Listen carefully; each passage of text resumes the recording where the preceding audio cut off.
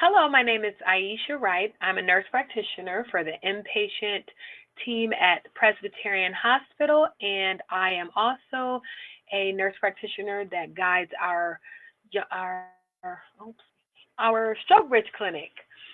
Today, we are here to talk more about our Young Stroke and Aneurysm Survivors Support Group, and I am joined with Teresa Sheldon. And I am Teresa Shelton. I am one of the stroke navigators here at Novant Health Presbyterian Hospital, as well as Novant Huntersville Hospital. And I see inpatients. I provide basic education to them as to give them information as to what it means to have a stroke or a TIA. I also work with Aisha in our Bridge Clinic, and we also facilitate our Young Stroke Survivors group. So, Young Stroke and Aneurysm Survivor Support Group, our purpose is to join physicians, stroke team members, and stroke survivors to discuss stroke-related topics. It's an open forum. We like to have topics, and our physicians will come as well as providers or someone within our specialty that is well versed on stroke and stroke care come as speakers to a meeting. During that time, we allow it to be an open forum and carry on the topic, or we can sometimes go into topics that are relative and pertinent to what we're speaking on. Meetings are held in our Novant Health Neurology Specialty clinic, and together we exchange valuable health information within a small, comfortable group setting. Sometimes our meetings can range from 3 people, and sometimes it can be as large as 10, 11. But that doesn't mean that it affects our whole purpose of why we're actually there. The information is taken in rather as one person to 12. It's important for our Young Stroke Survivors meeting to bring in our mission and vision within our Novant Health facility and our organization. So our mission at Novant Health exists to improve the health of our communities, one person at a time. And our vision, we the employees of Novant Health and our physician partners will deliver the most remarkable patient experience in every dimension, every time. So we take that to our support group as well. It's not about just our patients that are within our facility and is attending our actual specialty groups or our organizational healthcare places. It's also about our community, the people who are within our city, within our state that want to come and share their thoughts and expressions about their experience with stroke. And that's whether it should be the patient or their families. What is our young stroke survivor population? I like to say it's 18 to 65, or in our great words of Ms. Teresa, anyone who's young in spirit. And the reason why it's such a wide range because the financial burden and family obligations after a stroke and young adults can be significantly more than for a younger than older stroke survivors. Young adults are often, they often can't identify with stroke symptoms or ignore them. A lot of times we get so caught up in our busy lives that we just have this headache or have this dizziness or have this weakness, and we may attribute it to something we've been doing at work or just everyday stress. But those within the older population sometimes are more likely to kind of know what those symptoms are. But young patients generally live longer with disabilities, physical effects of the stroke, which could lead to greater loss in salary earnings over a long period of time. We have young stroke survivors that come to our meetings that one of their greatest concerns is that they're out of work. They have young children. How are they going to support their families? Who's going to notice their new debilities or disabilities? Or is there no physical attributes but mental attributes? So those are amongst a lot of things that we discuss within this age population because these are a lot of our working class people. Now we recruit our patients, if you can call it recruit them, or our survivors from first of all, from when they're inpatient in the hospital. Part of my education when I see them, I give them basic information about their strokes, and then I also make it known to them that we do have the Young Stroke and Aneurysm Support Group. I provide a flyer for them with our yearly dates. We meet from January through November. Actually, we do not meet in December. December is usually a hard time to get people together because of the holidays.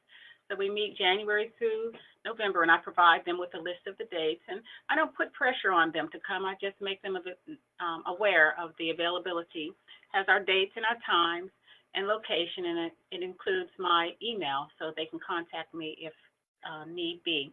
I also request their email, and I gently ask them if they would like to share their email with me so I can build our database and contact them monthly just to remind them when we will have our meetings.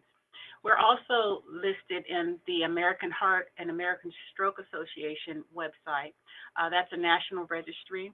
We're located in the National Stroke Association National Registry, and we're also located in Compass's study communication resources for Mecklenburg County. So this is just an example of what some of our meetings involve. I just already reviewed when we have the meeting times, but again, we have speakers. In January, we had Megan, our pharmacist. She happens to be part of our Stroke Bridge Clinic team also. A lot of our patients have questions about their medications, and she presented a topic about statins this last January that was very interesting. Everybody, including me, were interested in statins. Everyone's on a statin. Then we have Aisha's going to fill in for us in February. She'll come and speak. And then we have Dr. Edgecombe. He's one of our neuro-hospitalists.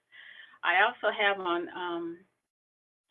possibility of asking some of our community volunteers. We have a physical therapist who's had strokes that were young. She came and spoke to us last year, and she'll come back and speak to the group again. They really enjoyed speaking to her. We have a survivor that is, I think he was an 18-year survivor, Wes. He brings a lot of hope because most of our patients who do come to the stroke support group are new stroke patients, maybe 6 months at the most. We have a few who have been there long-term. One lady's 13 years, I think. But for those new survivors, it's good to see a survivor that is a survivor 18 years out or longer. So that gives them hope, too, to see where they can go. Let's see.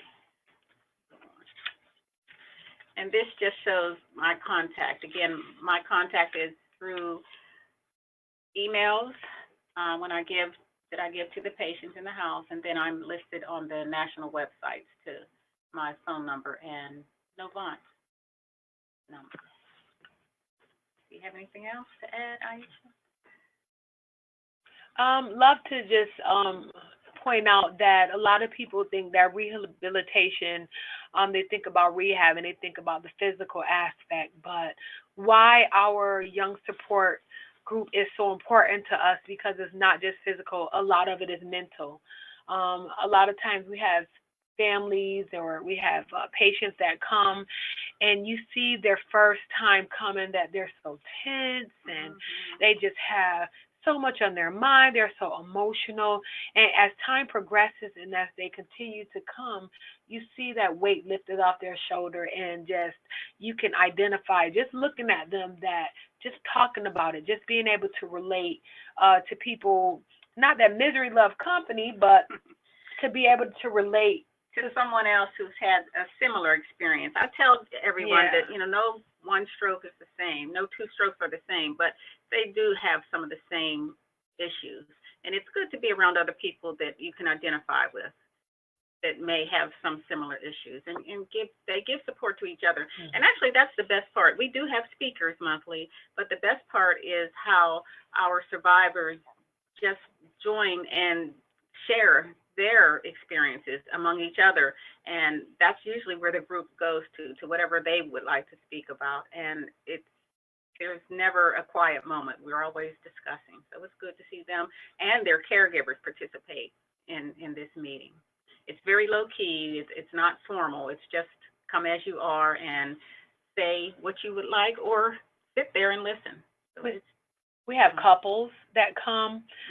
We reiterate to them that your wife or your husband just didn't have the stroke. You had this experience as well. Right. And we opened the forum for them to speak. And a lot of times, I think it's a good time for them to hear another husband and wife kind of speak and understand that, okay, yeah, I have a little caregiver role strain, and it's not unusual.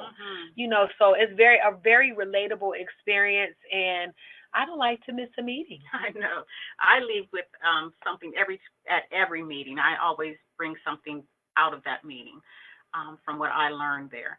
And it's very gratifying to me also to see patients in the hospital.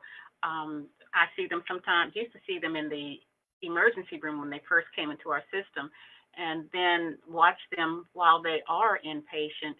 I see them go home, see them in our bridge clinic a few weeks later, and then see them walk through those elevator doors into our clinic for the support group. It's an amazing thing to see how far they've come. Yeah, we had one young lady came with the walker, then came with the cane, then walked in normal, and then the next week had heels on and returned back to work. So it's great to see the progression as well. Just my curiosity, did Aisha and Teresa, did you yourselves form this support group? Like, did you create it? No, Denise Sorensen started it maybe, I've been here 3 years, so probably 5 years ago. She started this support group. And I've just joined a year ago. Joined a year ago. Do you guys have, because I know this is some questions that some of our other PACs and even those in our community have been asking, but some of them are asking, how do you start a support group? Do you guys have any advice to give them? Like, how do you start a support group? Is it, first you need this is just me just guessing here, but do you need, and this is more of a question for Denise, I'm assuming, but when you start a support group, do you need do you need buy-in from a physician? Do you need buy-in from someone high in the hospital? Do you need to get community stakeholders? How do you go about starting a stroke group or stroke support group or any support group? What I know, we did not have to have community stakeholders, but we did have to have hospital stakeholders, of course. We had to have a space. That was the thing. You had to have a space to do it. And we are fortunate enough to have our neurology specialty office where we hold our bridge clinic. They allow us to use their waiting room, which is a large room. And a lot of our patients who attend the stroke bridge clinic or the neurology clinic know where that space is. It's not a new area for them to come to. So we do have permission to use their space. They actually used to provide refreshments for us too. Oh, awesome. Nick, I guess, had a lot to do with getting the support group on the ground. And I don't know Nick's title. Well, he's our vice president of our neuroscience.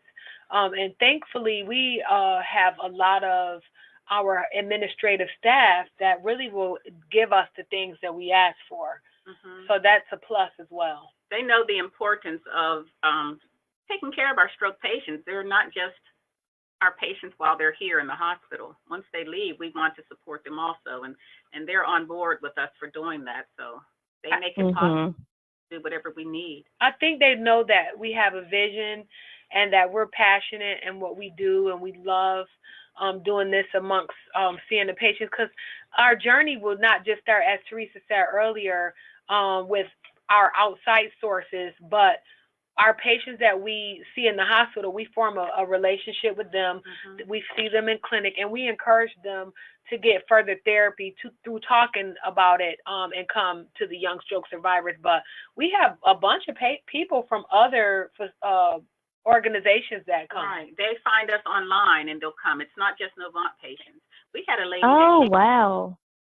where did that lady come from? She just moved here from somewhere out west. She was, I thought the lady who was in a wheelchair. No, she and her husband came. Oh, okay. But they came from somewhere out west, and they just moved to this area, and they looked us up and found us online. Was it Kansas? She had an aneurysm. Yes, ma'am. Yes. So it's not just our patients, inpatients. We have a lot of people from our neighboring hospital too, Carolinas Medical. They may have had their strokes there, but they hear about our support group. So we are held in the evening. So how do you? Oh, go on, Teresa. I'm sorry. We meet from 6 o'clock to 7 o'clock, 7:30. I'm sorry, on Thursday evenings, and that is a good time for patients who have gone back to work or for the caregivers to have time after work to be able to bring their loved one group. So that's a good time. That's awesome. Yeah. I was just about to ask, how do you get the word out there about your support group? How do you get the word out there, and how do you reach out to other hospitals to say, hey, our own hospital has a support group, you should tell your patients to come here? So how do you get the word out about your support group, and how, like, how did you build that relationship with another hospital? Because I just think when a hospital sends their patients to your support group, there might be some like competition in there. So how did you get the word out to people in the community about your support group, and how did you reach out to the other hospitals as well? So one of the things that I've noted when we kind of asked them is that we're on a registry right now. Was it this one? The National Stroke Association National Registry, as well as the American Heart Association. But moving forward, some of it has been word of mouth when people have been Googling and kind of finding. But when we do community events as well, I know there's been some community events we did and fairs. We also take our schedules and hand those out as well about our Young Stroke Survivors group as well. Because a lot of people come up with questions and they say, I've had a stroke, or my family had a stroke, and, we will give out those flyers as well. But a lot of it has been word of mouth. Okay, good. All right. So, guys. I'm sorry. We want more. Moving forward, we would like to be advertise it more, because I think for me, and Teresa and I have talked about this, that we could care less about the conflict between systems and all of that. For us, it's more about the community, and there might be a time where a patient that we have may have to go to another stroke survivor because of timing, because of location, or any of those things. But our greatest goal is just to make sure all around that mentally our patients are able to get back and to optimal function of who they are, or at least close as to who they are or were to their new normal. We use that term a lot during our meetings, their new normal before they actually had the stroke, and that as well as their family. But just kind of wrapping it up before any questions, we just wanted to also say how diverse our group is as well as age, but culturally, ethnicity. It's just a lot that you can get out of the group, and I'm just very happy to be a part of it. To get more information about our Young Stroke Survivors Network, we look forward to you either contacting Teresa Shelton or myself. I'll give you Teresa's information once again. It is Teresa Shelton. She's our neuroscience navigator, and her email address is I'm sorry. Say it, Ms. Teresa. TCSHELTON@NovantHealth.org. And my phone number is 704-316-6239. Our location that we have our meetings in is at 1918 Randolph Road, Suite 400. It's again in our Novant Neurology Specialty Office. And my name is, again, Aisha Wright, and I can be reached on email at aiwright@novanthealth.org. And my phone number is 704-560-0156.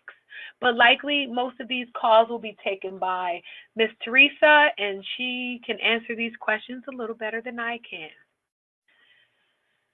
And that concludes our time for this webinar. Thanks for joining us.